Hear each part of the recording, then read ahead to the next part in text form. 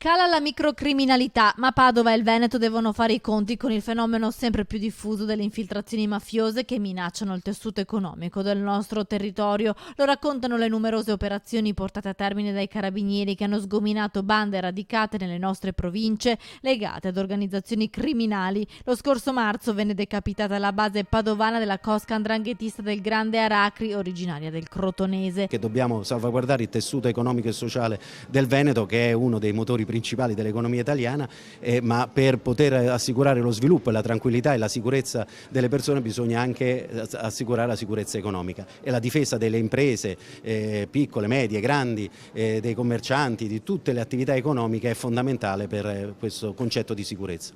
L'attenzione dei carabinieri però è concentrata anche sugli anziani, sulle violenze domestiche, sui reati predatori che comunque sono in calo del 15-20% in tutta la regione. L'80% dei reati infatti vengono denunciati ai militari dell'Arma.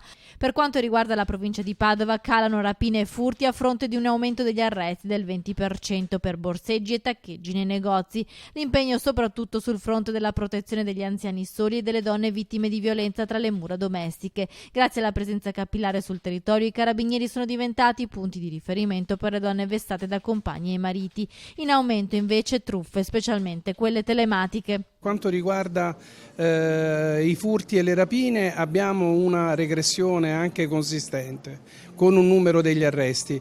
È drammatico l'aumento delle truffe informatiche, delle truffe agli anziani, quindi significa che dobbiamo riprendere in mano quello che è il controllo della prevenzione per quanto riguarda gli acquisti facili sul web, quelle che sono anche, e lì un'attenzione per i giovani, gli incontri sul web, quello che è il settore relativo alle assicurazioni, alla vendita di prodotti